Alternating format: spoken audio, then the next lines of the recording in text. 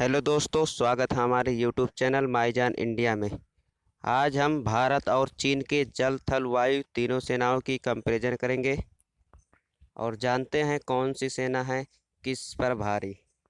तो दोस्तों, ये वीडियो शुरू करने से पहले आप हमारे चैनल पर नए आए हैं तो हमारे चैनल को सब्सक्राइब करिए और इस वीडियो को लाइक करना ना भूलें। और आप हमें इंस्टाग्राम पर भी फॉलो कर सकते हैं, लिंक डिस्क्रिप्शन के अंदर है। तो चलिए दोस्तों, वीडियो को शुरू करते हैं।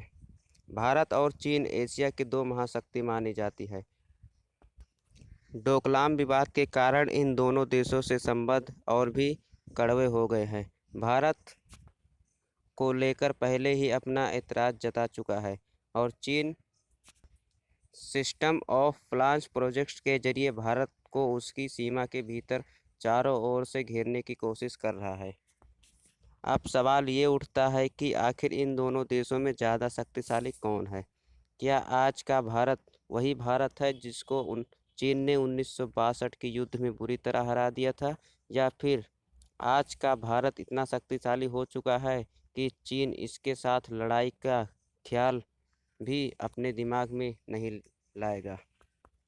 आइए इस लेख में यही जानने की कोशिश करते हैं कि इन दोनों देशों की सैन्य ताकत में किसका पलड़ा भारी है, थल सेना में किसका पलड़ा भारी है। इतना आपको पता है कि लड़ाई में क्रूरत और लड़ाई की कला आना बहुत ही ज़रूरी है।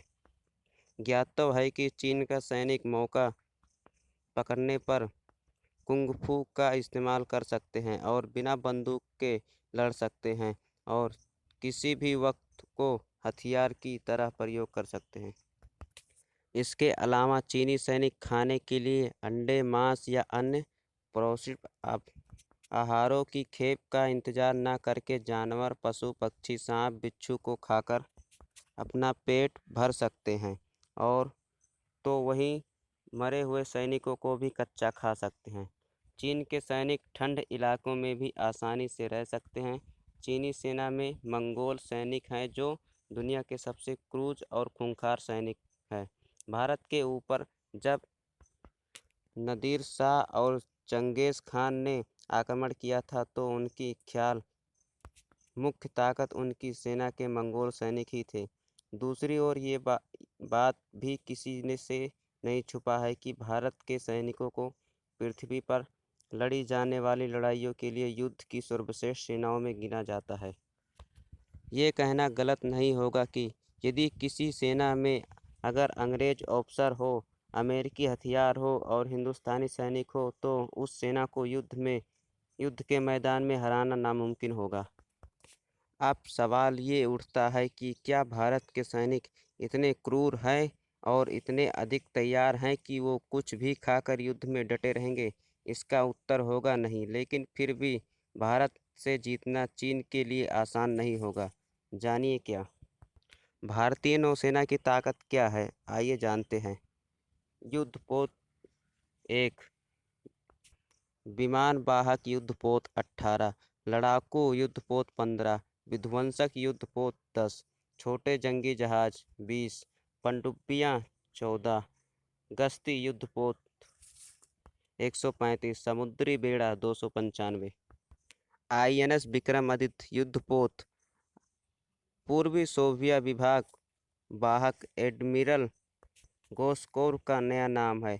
इस विभाग वाहक पोत को 2013 में भारतीय नौसेना में शामिल किया गया था। इसकी लंबाई लगभग 3 फुटबॉल मैदान तक तथा ऊंचाई लगभग 22 मंजिला इमारत के बराबर है।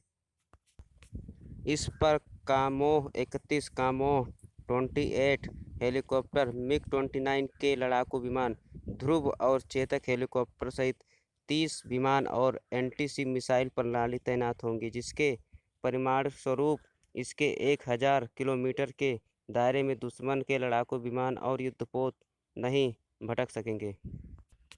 विक्रमादित्य में 1600 सैनिक को ले जाने की क्षमता है और ये 22 नॉट यानी 59 किलोमीटर प्रति घंटे की रफ्तार से गश्त करता है और 100 दिन तक लगातार समुद्र में रह सकता है।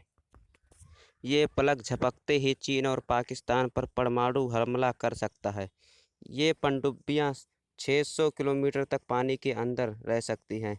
ये 3 महीने लगातार समुद्र के भीतर रह सकती है और समुद्र में इनकी रफ्तार 43 किलोमीटर प्रति घंटा है। चीन की नौसेना की ताकत इस प्रकार है। युद्धपोत 1, विमान वाहक युद्धपोत 48, लड़ाकू युद्धपोत 51, विध्वंसक युद्धपोत 35, छोटे जंगी जहाज 35, पनडुब्बियाँ 68, गश्त युद्धपोत 220, समुद्री बेड़ा 714। भारत के सामने क्यों चुनौती होगी? चीन के साथ की लड़ाई मैदान की लड़ाई नहीं होगी, ये पहाड़ों की लड़ाई होगी और पहाड़ों की लड़ाई में तोप और गोली की जगह पैदल सेना को ज़्यादा महत्व होता है। यहाँ पर चीन की सेना के पास एडवांटेज होगा क्योंकि वो हमसे ज़्यादा ऊंचे स्थान पर बैठे होंगे। भारत की लड़ाई चीन की सेना से कई मोर्चों पर होगी। ये लड़ाई पाकिस्तान, कश्मीर से लेकर लद्दाख, फिर तिब्बत, नेपाल, सिक्किम, भूटान से होते हुए अरुणाचल प्रदेश, नागालैंड, सिमोरम, त्रिपुरा, मणिपुर और वर्षा तक फैली होगी।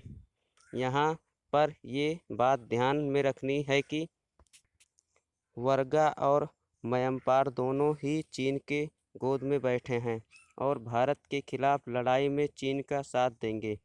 तो क्या भारत के पास इतना पैदल सेना तैयार है कि वो पूरे हिमालय क्षेत्र में उसे लगा सके और उसके पास गोला बारूद, तोपों, बंदूक और खाने पीने का सामान इत्यादि पहुंचा सके? ध्यान रहे कि भारत के पास कुछ एक्टिव सेना 13,25,000 है। इसके विपरीत चीन की कुल आर्मी 23,35,000 है और उसने पूरे हिमालय में अपनी सेना को लगा रखा है और अपने सैनिकों को पूरी तरह तैयार कर रखा है।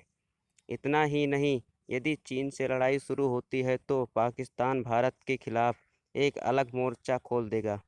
सबसे खतरनाक हमला भारत के लिए तब पैदा होगा जब नक्सली इस मौके पर फ़ायदा उठाकर लाल गलियारों स्थापित करने की कोशिश करेंगे।